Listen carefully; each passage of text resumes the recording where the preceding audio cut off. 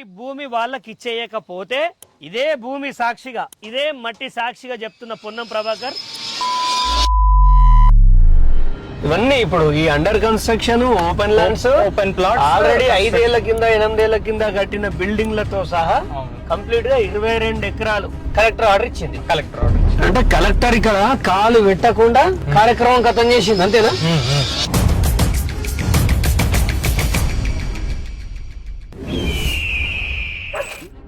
ఇప్పుడు దీన్ని తీయకపోతే బాగా ఇబ్బంది అవుతుంది. ఈ విషయం చాలా దారుణమైన విషయం. వీళ్ళకి ల్యాండ్ వీళ్ళ చేతులకి వెళ్ళి పోయిందనే విషయం కూడా వీళ్ళకి తెలియదు. మరి 22 ఎకరాలను రిస్క్ లో పెడితే ఎవరు ఎందుకు మాట్లాడతలేరు? దీనిపైన ఏం ఊరుకునేది లేదు. మంచి మాటలు చెప్తాన్నా, ఎవరి పేర్ల మీద ఉన్న ల్యాండ్స్ వాళ్ళ పేరు మీదకి రావాలి. పవన్ కళ్యాణ్ విషయంలో మా అయ్య జాగిరి అన్నాడు, గంత పెద్ద స్టేట్మెంట్ ఇచ్చిన పొన్నమన్నకి నిలబడాల్సింది పోయి ఆయన మీద ఆరోపణలు చేస్తా అన్నారు. ఆ యదవ సన్నాసులకి చెప్తున్నాయి, మీ అన్న మీ ఇంట్లోకి వచ్చి మీ భూమి లేపితే తెలుస్తుందా బాధ? చాలా మంది అంటారు, చక్రధర్ గౌడ్ నువ్వు గౌడు కదా, మా పొన్నం ప్రభాకర్ గౌడ్ వీళ్ళ బహుజన బిడ్డ కాదా, యాదవులు కాదా, ఇదంతా వ్యవసాయం కాదా, ఈ బర్రెలు కాదా, వీళ్ళు చేసేది ఏంటి? పొన్నం ప్రభాకర్ కి సంబంధం లేకపోతే పొన్నం పృథ్వీ ఎవడు? ఆయన కొడుకు కాదా? పొన్నం అనుపవరు? మీరు ఇంత పెద్ద ప్రాపర్టీ కలెక్టర్ మీ సుట్టమని చేసిందా? ఇదే చైనా జపాన్ అయితే మీరు ఉరి తీసేటోళ్ళు. ఇప్పుడు మనం చూస్తున్నటువంటి లెఫ్ట్ సైడ్ ఉన్నటువంటి ఈ షెడ్స్, ఈ షాప్స్, ఈ సీసీ రోడ్స్, ఈ స్ట్రీట్ లైట్స్, ఈ పోల్స్, ఇవన్నీ కూడా ఈ సర్వే నంబర్ లోనే కవర్ అయి ఉన్నాయి. కొంచెం స్పీడ్ గానే. ఇప్పుడు ఈ గణేష్ నేత్రాలయ బిల్డింగ్, ఇంత పెద్ద బిల్డింగ్ కూడా ఇందులోనే ఉంటుంది. పొన్నం ప్రభాకర్ ఇందులో భాగమే ఇదంతా కూడా కదా? ఇదంతా కూడా, ఇదంతా వీళ్ళంతా రెసిడెంట్స్ ఇక్కడ ఉన్న వాళ్ళంతా విఘ్నేశ్వర నగర్. ఇప్పుడు ఈ కన్స్ట్రక్షన్ అవుతున్నది ఇదంతా, ఇది పొలము, ఆవులు, అదంతా ఇది ఇక్కడ ఆవులు ఇట్లది. ఇదంతా మీరు వ్యవసాయం చేసుకునేది 60 ఏళ్ళుగా మీరు ఉన్నారు ఇక్కడ. స్పీడ్ గా ఇవన్నీ ఇప్పుడు ఈ under construction open lands, open plot already 5 ఏళ్ల కింద 8 ఏళ్ల కింద కట్టిన బిల్డింగ్లతో సహా కంప్లీట్ గా 22 ఎకరాలు ఆల్మోస్ట్ ఇది కలెక్టర్ ఆర్డర్ ఇచ్చింది. కలెక్టర్ ఆర్డర్ ఇచ్చింది. ఎగ్జాక్ట్. అంటే ఏమని ఇచ్చింది? 22 ఎకరాల వ్యవసాయ భూమి అని ఇచ్చింది. 22 ఎకరాల వ్యవసాయ భూమి 5 భాగాలుగా పంచోటి చేస్తున్నా అన్నట్టుగా ఆమె ఇచ్చినట్టు. మరి ఆమె చూపిస్తుందా 22 ఎకరాలు? ఇప్పుడు ఇక్కడ ఆమె చూపించినట్టు ఆర్డర్ అయిపోతుంది. ఇదంతా ఈ ల్యాండ్ మొత్తం ఇప్పుడు ఇల్లు కూడా కంప్లీట్ ఇల్లులంతా వచ్చేసి ఇప్పుడు వీళ్ళు అమ్ముకోవాలనుకున్నా అమ్ముకోలేరు. ఏరియా మొత్తం పోయిందా ఇప్పుడు? కలెక్టర్ ఆర్డర్స్ ప్రకారం. కలెక్టర్ ఆర్డర్ మాట్లాడాలి. కలెక్టర్ ఆర్డర్ ఇక్కడ వరకు అండి, ఇక్కడ వరకు. ఇప్పుడు ఇవన్నీ వచ్చి కవర్ అయిపోయినాయి. ఇవన్నీ పక్క కవర్. రైట్ రైట్ అంతా తెలవాలి కదా పబ్లిక్ కి. అండర్ కన్స్ట్రక్షన్ ఉన్న బిల్డింగ్ల కా నుంచి కథం పట్టిస్తా అంటే ఎవడొప్పుకుంటాడు? ఎంత అన్ని బిల్డింగ్స్ బ్రదర్. అక్కడ ఆ బిల్డింగ్ వరకు లాస్ట్, అక్కడ ఒక అపార్ట్మెంట్ అక్కడ కనిపిస్తుంది, స్టెప్స్ ఉన్నాయి కదా అక్కడ, అక్కడ వరకు. ఇప్పుడు ఇది అండర్ కన్స్ట్రక్షన్ అయితే బ్యాంక్ లోన్ రాదన్నట్టే కదా. అసలు ట్రాన్స్ఫర్స్, ఈ ల్యాండ్ మీద ట్రాన్స్ఫర్స్ ట్రాన్సాక్షన్స్ ని ఆపేసి. ఇది లెఫ్ట్ కు మా పొలం, ఇదంతా మా హత్తి, ఇది మీ హత్తి, మేము ఇప్పుడు సాగు చేసుకుంటాం. ఇదంతా ఈ పొలం మడికట్లన్నీ అవే, ఈ మడ్లన్నీ అవే. అంటే కలెక్టర్ ఇక్కడ కాలు పెట్టకుండా కార్యక్రమం ఖతం చేసింది, అంతేనా? ఎవరిని అడగలేదు, ఎవరు ఇమాజినేషన్ మీదనే ఇదంతా, అంతే కదా. ఇప్పుడు వెహికల్ పోదనుకుంటాడు, మనం కొంచెం దిగి నడదామా? ఎంత సర్వే నెంబర్ ఎంత వస్తుంది? 978 వస్తుంది. మీరే నాన్న ఓనర్? బ్యాంక్ లోన్ తీసుకున్నారా? ఇప్పుడు మనకు రిజిస్ట్రేషన్స్ ఆప్ చేసిరు కదా, తీసుకున్నాం. దాని గురించే ఇప్పుడు రిజిస్ట్రేషన్ చేస్తలేరు. 48 lakhs తీసుకున్నారు. మళ్ళీ ఇది రిజిస్ట్రేషన్ కాదు కదా, మీరు ఇట్లా చేస్తా కట్టుకుంటారు కదా. ఆ రిజిస్ట్రేషన్స్ ఆపేసిరట కదా కంప్లీట్ గా. మీకు తెలుసా సార్, బ్యాంక్ లోన్ పోతే ఆడ రిజిస్ట్రేషన్ పేపర్స్ అంటే ఈసారి ఆల్రెడీ శాంక్షన్ అయిపోయింది, చాలా ఓల్డ్ ది కలెక్టర్ ఆర్డర్ ముందు. కానీ ఇప్పుడు మీరు ఇది ఎవరికన్నా విక్రయించాలనుకున్నా మీరు అమ్మలేరు. ఇది ఆర్డర్ ఉన్నది. ఇక్కడ వీళ్ళు కష్టపడి కాయకష్టం చేసి రూపాయి పోగేసుకున్న వాళ్ళు వీళ్ళందరూ, వీళ్ళకి ల్యాండ్ వీళ్ళ చేతులకి వెళ్ళి పోయిందనే విషయం కూడా వీళ్ళకి తెలియదు. ఇది బాలాజీ రియల్ ఎస్టేట్ అనే వాళ్ళకి రిజిస్ట్రేషన్ అయిపోయింది. మరి వ్యవసాయ భూమిగా ఇప్పుడు ఇది మీది కమర్షియల్ బిల్డింగ్ కాదు. ఇది యాజ్ పర్ కలెక్టర్ రికార్డు మీది బాలాజీ రియల్ ఎస్టేట్ వాళ్ళకి రిజిస్ట్రేషన్ అయిపోయింది. ఇప్పుడు మీకు కష్టం వచ్చి ఇల్లు అమ్ముదాం అనుకున్నా మీరు అమ్మలేరు. మీకు సింపుల్గా చెప్తున్నా. మీకు డౌట్ ఉంటే మీరు ఇమీడియట్గా రిజిస్ట్రేషన్ ఆఫీస్ పోయి ఈ సర్వే మీ సర్వే నెంబర్ ఎంత వస్తుంది? 978. ఇదిగోండి, ఇవి చెయ్యొద్దు అని చెప్పేసి to sub registrar Siddipet Telangana request to stop registrations of plots in Mittapalli village regarding my land ownership. Nagaraju Nomula అనే వ్యక్తి ఈ ల్యాండ్ నాది అంటున్నాడు. ఇప్పుడు ల్యాండ్ మీద ఆయనదా? నీదే కదా, మరి ఆయనది అంటుండు. ఇది కావాలంటే జిరాక్స్ ఇస్తా పోయాడు. ఎగ్జాంపుల్ మనకి పక్క బాలకృష్ణ రెడ్డి సార్, ఆయనకి bank union bank loan sanction వచ్చింది. ఆయన మార్టిగేజ్ చేయాలి కదా బ్యాంక్కి. ఆయన సబ్ రిజిస్టర్ ఆఫీస్కి వెళ్తే లేదు మాకు బాలాజీ రియల్ ఎస్టేట్స్ వాళ్ళు, అంటే మనదే కాదు ఈ బాలకృష్ణ రెడ్డి సార్, ఇదే కాదు ఈ నంబర్లలోనే అసలు భూములు రిజిస్ట్రేషన్ చేయకండి అని చెప్పి. ఇప్పుడు మీ ల్యాండ్స్ అనేటివి కంప్లీట్ గా మీకు తెలియకుండా మీ చేతిలోకి వెళ్ళి బాలాజీ రియల్ ఎస్టేట్ అనే వాళ్ళకి వెళ్ళిపోయినాయి. దాదాపుగా 22 ఎకరాలు వెళ్ళిపోయింది. ఆ వెళ్ళిపోయిన దానిలో మీ బిల్డింగ్ కూడా ఉన్నది. మీరు ఇక్కడ కూర్చొని ఇల్లు కట్టుకోవడం కంటే ముందు ఇల్లుని రక్షించుకోవడం కూడా మీరు బాధ్యత. మీరు తక్షణమే నేను మీకు ఈ కాపీస్ అని PDF పంపిస్తా, తమ్ముడు పంపిస్తాడు. మీరు వెళ్ళండి రిజిస్ట్రేషన్ ఆఫీస్ అడగండి, నా భూమి ఎందుకు రిజిస్ట్రేషన్ కాదు. హైకోర్టు ఆర్డర్స్ ఇచ్చినాక మీరు ఎందుకు పాటిస్తారు? హైకోర్టు ఏమన్నది? కలెక్టర్ ఆర్డర్స్, కలెక్టర్ ఉత్తర్వులు తప్పు, ఇవి చెల్లవు అని ఇచ్చింది. అంటే మీ పేరేంటి? ప్రకాష్ వాళ్ళ భూమి ప్రకాష్ డే అని కోర్టు చెప్తుంది. కానీ ఇక్కడ రిజిస్టర్ ఆఫీస్ లో మాత్రం ప్రకాష్ పోతే ప్రకాష్ ల్యాండ్ రిజిస్ట్రేషన్ సైతలు. అంటే మంత్రి ఇన్ఫ్లుయెన్స్ లే ఉన్నారు. కోర్టు ఆదేశాలు ఇచ్చినాక సో మంత్రి ఆదేశాలే పాటిస్తున్నారు. దీనిపైన గనక మీరు చర్య తీసుకోకపోతే మీ ఇల్లు మీది కాదు. వినడానికి మీకు ఇబ్బందిగా ఉన్నా వాస్తవం అయితే పేపర్లు అదే ఉంది. నేను ఇది మీకు జిరాక్స్ ఇస్తా, వీళ్ళందరికీ జిరాక్స్లు ఇచ్చేసి సీను ఈ జిరాక్స్లు తీసుకొని మీరు కలెక్టర్ దగ్గరికి పోతారా, ఎవరి దగ్గర పోతారా, మీ ఇల్లుని మీరు రక్షించుకోవాలనేది నా మనవి. ఓకేనా? మీకు ఏదైనా ఇబ్బంది వస్తే తమ్ముడి దగ్గర నా నంబర్ తీసుకో, నా దగ్గరికి రండి. ఈ విషయాన్ని నేను ఢిల్లీలో సోనియా గాంధీ గారి దగ్గరికి, రాహుల్ గాంధీ దగ్గరికి తీసుకెళ్తాను. ఆడ ధర్నా చేసైనా మీ భూములు కాపాడుతాను నేను. ఓకేనా? రైట్. ఇదంతా పొలం అంట, మరి నాకు కనిపిస్తలేవు నాట్లు. మరి అధికారులు గవర్నమెంట్ వాళ్ళకి కనిపిస్తాయి, ఈడ నాట్లేసిరాట. మరి ఇంత పెద్ద బిల్డింగ్ పాపం ఆయన ఎంత కష్టపడిగా కొన్నాడో, ఆయన నోట్లో మన్ను పోసిరు. ఇవాళ నిన్ను మంత్రి అని గెలిపిస్తే ఇవాళ నీది తప్పు లేదనుకుంటే ఈ 22 ఎకరాల భూమి ఈడ అగ్రికల్చర్ ఏడున్నదో నువ్వు చూపించాలి. ఇప్పుడు అది ఆడ ఏడ నాట్లు కనిపిస్తున్నాయి. కనీసం కట్టుకున్న వాళ్ళు ఓపెన్ ప్లాట్ వాళ్ళ పరిస్థితి ఏంటి? ఇప్పుడు వీళ్ళ బిడ్డ పెళ్ళి ఉంటుంది, వీళ్ళ బిడ్డ పెళ్లికి ఇది అమ్ముకోవాలనుకుంటాడు. వాళ్ళు రిజిస్ట్రేషన్ అంటే ఈ ల్యాండ్ కొన్నాడు ఉరేసుకొని చచ్చిపోవాలి బిడ్డతో సహా. అదే కదా జరుగుతుంది ఇప్పుడు. అదే కదా పరిణామాలంతా ఆ విధంగా. వీడు వీళ్ళ మనుషులు ఏమంటారు శ్రీనివాస్, పొన్నం ప్రభాకర్ వాళ్ళ మనుషులు, మా అన్న పతివ్రత పతిత్తు, మా అన్నకి ఏం సంబంధం లేదంటాడు. మీ అన్న పుట్టినాడే కదా పృథ్వీ, మీ అన్న కొడుకే కదా, మీ రక్త సంబంధమే కదా, మీ అన్న కొడుకే కదా అనూపు. మాకు సంబంధం లేదు అని ఎట్లా మాట్లాడతారు? ఆ పిల్లగాని వయసు ఎంత, పృథ్వీ వయసు ఎంత? చాలా చిన్న 27 ఏళ్ళ వయసు. ఆయనకి ఇన్ని కోట్ల రూపాయల ట్రాన్సాక్షన్ చేసేంత డబ్బు ఎక్కడికి వెళ్ళొచ్చింది? ఎలా చేస్తాడు? ఆయన మీ వరంగల్ వాళ్ళు ఎవరు అమ్మిరని మాట్లాడుతున్నారు కదా, వాళ్ళకు బుద్ధి లేదా? ఈ బిల్డింగ్ ఎక్కడిది అంటే ఇదంతా ఎట్లా అమ్ముతారు? ఎవడి ప్రాపర్టీ ఎవడు అమ్ముతాడు? దీనికి ఏంటంటే వడ్డించేటోడు మనోడైతే ఎక్కడున్న భోజనం అందుతుందని చూద్దాం. దాని సంగతి, వడ్డించడం సంగతి, తిన్న సంగతి, ఇద్దరు సంగతి చెప్తాం. ఈ బిల్డింగ్ రాదు కదా, ఇది కూడా వస్తుంది. ఇది కూడా నానే బిల్డింగ్ తీసుకో. ఏదే వ్యవసాయం ఏడుంది?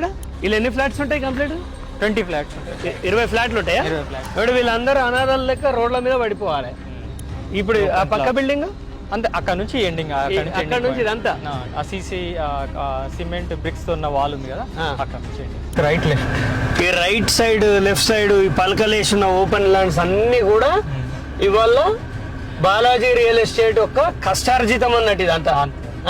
వాళ్ళు రాత్రి పగలు దుబాయ్లో పైకానాలు కడిగి పైసలు తీసుకొచ్చి ఇక్కడ పోసారు, అంతేనా? ఇప్పుడు మీ పొలం అక్కడ ఉంటుందా? అదంతా ఆ పొలం టార్గెట్ గానే ఇదంతా టార్గెట్ గా కేవలం ఆ సర్వే నంబర్ ఆధారంగా, పంచాయతీని ఆధారంగా చేసుకొని చేసినటువంటి ఇంత ఈ ప్రజలంతా ఇప్పుడు అమాయకులు, వీళ్ళకి ఏం తెలియదు, అంతేనా? వీళ్ళకి ఏం తెలియదు, తెలియదు. రిజిస్ట్రేషన్ వెళ్ళినప్పుడే దీని మీద వాళ్ళకు అర్థమవుతుంది ఎవరు ఆపుతున్నారు ఇక్కడ రిజిస్ట్రేషన్. ఇది గోగ్రీన్, ఇది గోగ్రీన్ అపార్ట్మెంట్. ఒక్క నిమిషం బాబు ఉన్నాడు. సో ఇది ఎప్పుడు కట్టారు? గోగ్రీన్ ఎప్పుడు కట్టారు? ఆల్మోస్ట్ 2020లోనే ఏమో స్టార్ట్ చేసి. 2020 అంటే 6 సంవత్సరాల క్రితం ఉన్న వాళ్ళది కూడా ఇల్లు. ఇప్పుడు ఇదంతా వ్యవసాయ భూమి అంటారు, అంతేనా?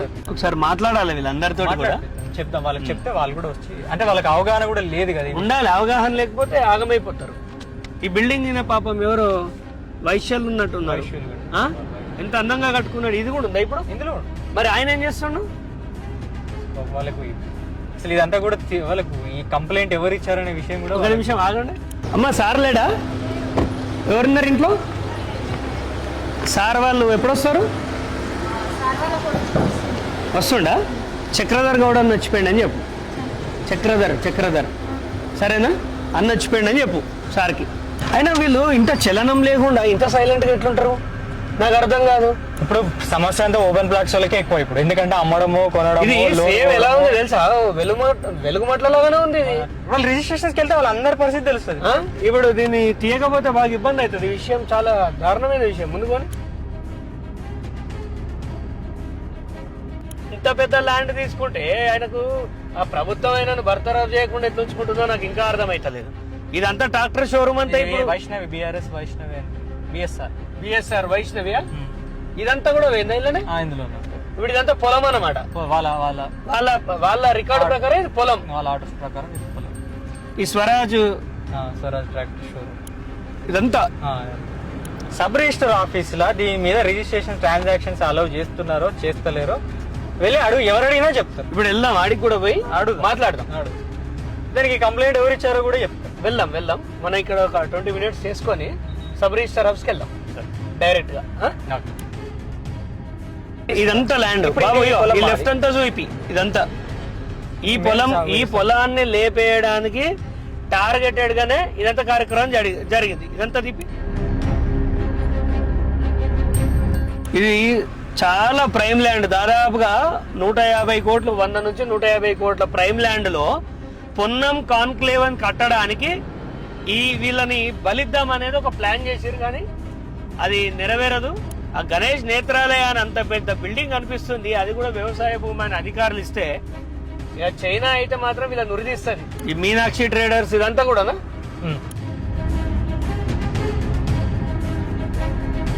ఆల్మోస్ట్ 22 ఎకరాలు అంటే నాట్ ఏ స్మాల్ థింగ్. ఇలా ఎక్కువ ఎఫెక్ట్ అయ్యే పీపుల్ ఎవరంటే ఓపెన్ ప్లాట్స్. దీని మీద ఎంత పెద్ద ఎంక్వైరీ జరగాలంటే క్రిమినల్ కేసులు పెట్టాలి దీంట్లో. ఆయన మంత్రి అధికారంలో ఉన్నవారికి ఎవరు ఎదురు తిరుగుతున్నారు? నేను ఎందుకు తిరిగారు చూపిద్దాం కదా, వాళ్ళని అడుగుదాం. అవును సార్ వాళ్ళు ఇచ్చిర్రు అనేది జనానికి తెలవాలి కదా. హైకోర్టు ఆర్డర్స్ ఇచ్చినా కూడా హైకోర్టు ఆర్డర్స్ అయితే కంప్లై కావాలి కదా, మీరు ఆర్డర్స్ అన్న పాటించాలి కదా. వీళ్ళకి సంబంధించిన వీళ్ళు ఏదో ఇవాళ వచ్చి కట్టింది కాదు, ఈ ఆవులు ఇవాళ టీ కావు. ఈ కొట్టం కూడా దాదాపు 50 ఏళ్ళ కొట్టం ఇది. ఇప్పుడు శ్రీనివాస్ ఈ భూమిని కొట్టేయడానికి చేసిన ఒక ప్రయత్నంలో భాగంగానే ఈ 22 ఎకరాలను చూసి చూడకుండా 30 ఏళ్ల రికార్డు మాయం చేసి డైరెక్ట్ గా శ్రీ బాలాజీ రియల్ ఎస్టేట్స్ కి ఎక్కించారు. అంటే మీకు చుట్టాలు ఎవరైతే ఉన్నారో మీరు రక్త సంబంధికులని చేసి ఆ పార్టీషన్ రికార్డు చేశారు. ఇది బాయ్.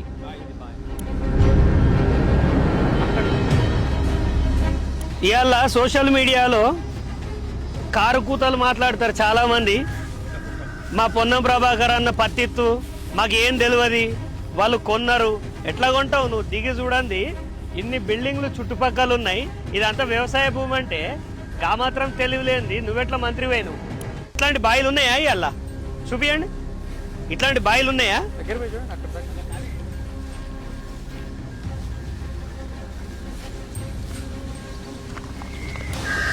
ఈ చుట్టుపక్కలంతా బిల్డింగ్. ఓవరాల్ గా 8 ఎకరాల 30 గుంటలు మాత్రమే వ్యవసాయ భూమి ఉంది.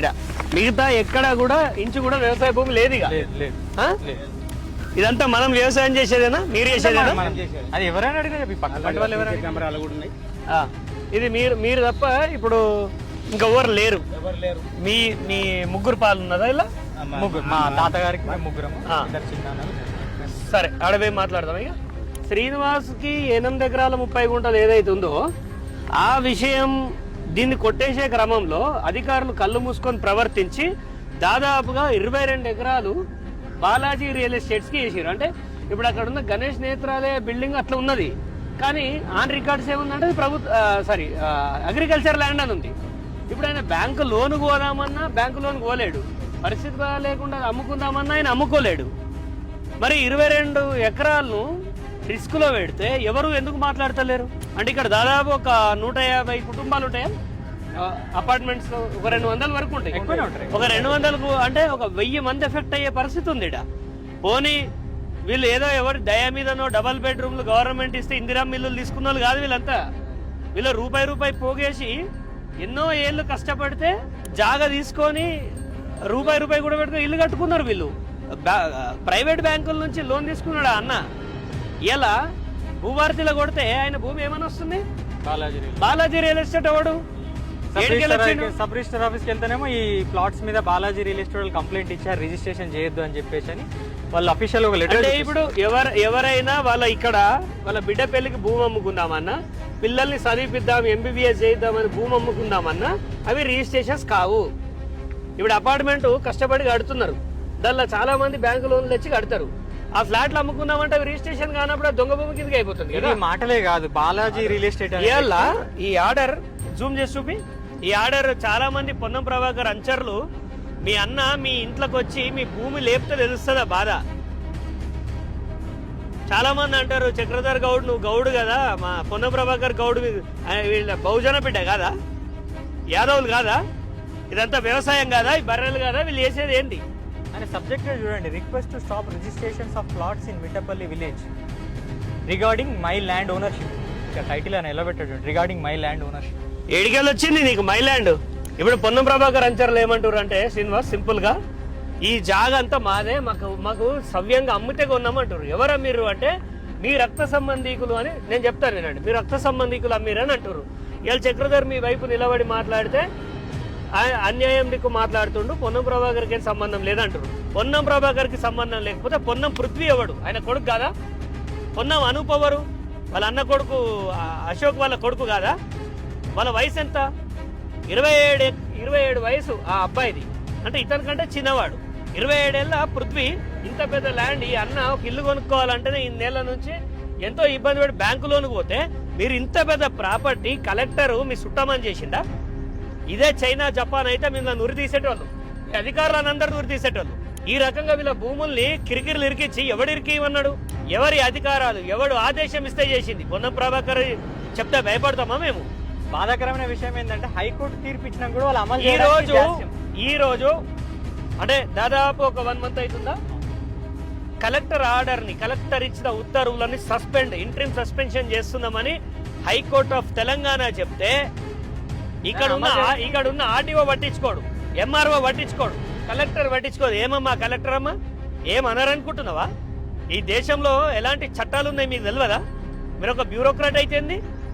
ఏం పద్ధతిది? మీరు ఇమ్మీడియట్ గా ఈ దీనికి సొల్యూషన్ కావాలంటే మేము ఒకటే డిమాండ్ చేస్తున్నాం.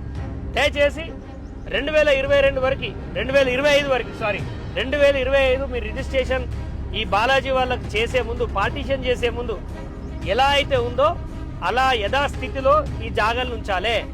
ఈ అన్న ల్యాండ్ కొడితే భూభారతిలో రావద్దు. ఎందుకంటే నాల కన్వర్షన్ చేసి ఇల్లు చేసుకున్నాడు, ఇల్లు కట్టుకున్నాడు. ఆయన ఈసీ తీస్తే ఆయన పేరే రావాలి. ఇదే మా డిమాండ్. లేదనుకోండి ఇక్కడ భారీగా ఆత్మహత్యలు చేసుకుంటారు.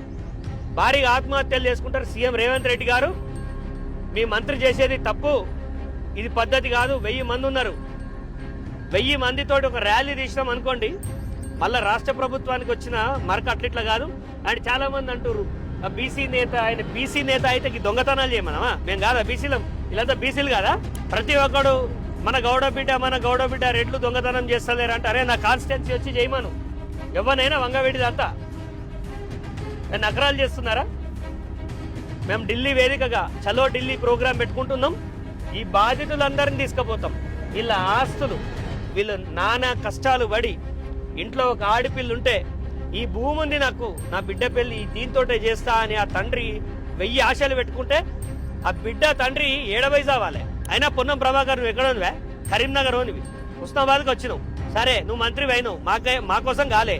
మీ మీద మేము ఒక్కటే చెప్తున్నాం, ఈ ల్యాండ్ వీళ్ళదా, బాలాజీ రియల్ ఎస్టేట్ వాళ్ళదా, వరంగల్ పార్టీదా? ఒక హై లెవెల్ సిట్టింగ్ జడ్జి తోటి ఎంక్వైరీ చేపించి మాకు నిర్ధారణ చేయాలి ఇవ్వండి అని. దీనిలో వెంటనే పొన్నం ప్రభాకర్ని బర్తరఫ్ చేయాలి. బర్తరఫ్ చేయకపోతే మాత్రం ఈ ఉద్యమం అనేది ఆగదు. దీన్ని పొలిటికల్ అనుకోండి, ఏదన్నా అనుకోండి. ఎదవాళ్ళు కొంతమంది ఏమంటున్నారంటే మేము పొన్నం ప్రభాకర్ని అన్యాయంగా బంధం చేయాలి. ఇవాళ ఈ నోముల నాగరాజు ఎవడు? నాగార్జున ఎవరు? పొన్నం పృథ్వీ ఎవడు? పొన్నం అనూప్ ఎవరు? నీ ఏం లేదే ఇదంతా జరిగిందా? మంత్రి చెప్తే ఆగ మేఘాల మీద ఎంబడి ఎగిరితం మీద పనులు చేస్తారు. కోర్టు ఆర్డర్ ఇస్తే మాత్రం నత్తనడక మీద పని చేస్తారు. దీనిపైన ఏం ఊరుకునేది లేదు. జాడ్యం చేస్తారు. ఇవాళ జనానికి ఒక క్లారిటీ కావాలి. ఇప్పుడు ఏమంటారు అంటే పవన్ కళ్యాణ్ విషయంలో మా అయ్య జాగిరి అన్నాడు, గంత పెద్ద స్టేట్మెంట్ ఇచ్చిన పొన్నమన్నకి నిలబడాల్సింది పోయి ఆయన మీద ఆరోపణలు చేస్తా అన్నారు. ఆ యదవ సన్నాసులకి చెప్తున్నా, ఎవడెవడైతే ఆరోపణ అని మాట్లాడుతారో నేను ముక్కు నాలుగు రాస్తా. ఇలా వాళ్ళ తప్పు లేదని చెప్తే నేను రాజకీయాలకి వెళ్ళి మొత్తం జీవితంలో రాను, జీవితంలో సిద్దిపేటకి రాను. నేను ఇంత బహిర్గతంగా ఛాలెంజ్ చేస్తున్నాం. ఈ కనిపించే డాక్యుమెంట్లన్నీ ఏంది?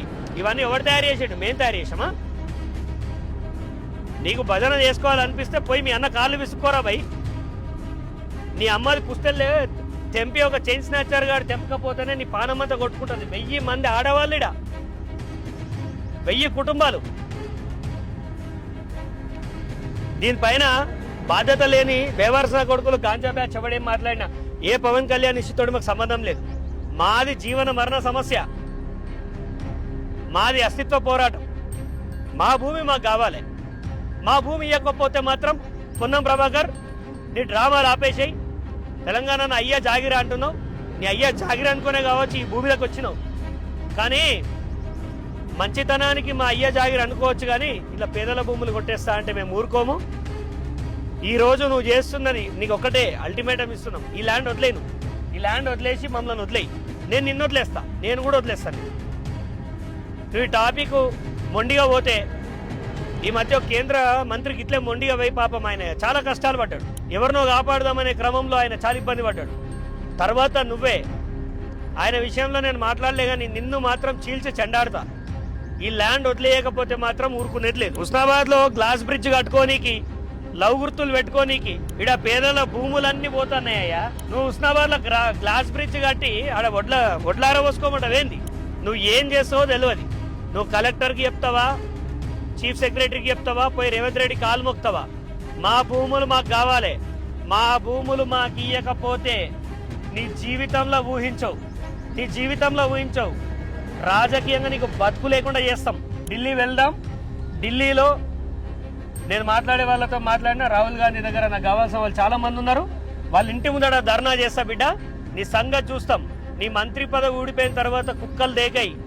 ఏమో ఇప్పుడు ఉన్నోళ్ళు భజన చేస్తారు, కానీ మంచి మాటలు చెప్తున్నా. ఈ ల్యాండ్ వదిలేసినవా అంటే నేను నిన్ను వదిలేస్తా. ఎవరి పేర్ల మీద ఉన్న ల్యాండ్స్ వాళ్ళ పేరు మీదకి రావాలి. కోర్టు ఆదేశాలు పాటించండి. దీన్ని ఇక్కడికి సాల్వ్ చేసేద్దాం ఈ ఇష్యూని. ఇంకా మనం దీన్ని బయసుకు తీసుకపోతే ఒక కలెక్టర్గా మీ భవిష్యత్తుకి మంచిది కాదు, పొన్నం ప్రభాకర్ గారికి మంచిది కాదు. ఒక మంత్రి పదవిలో ఉన్నావు. నువ్వేనన్నా దోసుకోవాలనుకుంటే ఇంకేనన్నా బయట చూసుకో, కానీ మా ఊరు వదిలేయా బాబు. నువ్వు దీన్ని వదిలేయి. నువ్వు దీన్ని వదిలేయలేదనుకో, నిన్ను వదిలేయను, తర్వాత ఇబ్బంది పడతావని చెప్తున్నా. ఏంటి దీనికి మీ సమాధానం ఏంటి? ఏం లేదు, మేము తీసుకున్నప్పుడు వీళ్ళ రాగంలో వీళ్ళదే ఉన్నది. వీళ్ళు ముగ్గురు అన్నదమ్ములు కలిసి మాకు రిజిస్ట్రేషన్ చేసిండ్రు. రిజిస్ట్రేషన్ పర్మిషన్ వచ్చింది, మున్సిపల్ పర్మిషన్ వచ్చింది, ఇల్లు కట్టుకున్నాం. ఇప్పుడు లోన్ కు పోతే ఈ అబ్జెక్షన్ స్టార్ట్ అయ్యింది. లోన్ కు పోతే రిజిస్ట్రేషన్ చేయమంటారు. అప్పుడు అంతా సవ్యంగానే రిజిస్ట్రేషన్ అయిపోయింది, అంతా అయిపోయింది. ఓకే, లోన్ పోతే ఇప్పుడు మ్యాటిగా చేయాలి కదా బ్యాంకు. దానికి పోతే ఇప్పుడు 978 కనబడతలేదు, వాళ్ళ పేరు మీద వస్తుంది. అదే బ్లాక్ చేసి పెట్టిరు దాన్ని, కనబడకుండా సబ్ రిజిస్టర్ ఆఫీసర్ బ్లాక్ చేసి పెట్టారు. మరి మీరు ప్రశ్నించలేదా? ఎందుకు నాకు ఇట్లా అవుతుంది, నేను కష్టపడే పోయినాం రిజిస్ట్రేషన్ ఆఫీసర్, నన్ను అడిగినాం సార్ను. వస్తే సార్ మాకు ఆర్డర్ కూడా వచ్చింది, మాకు మేము దాన్ని ఐపీ లాయర్ల వాళ్ళకి పంపించి మేము చేస్తామంటారు, కానీ చేస్తలేరు వాళ్ళు.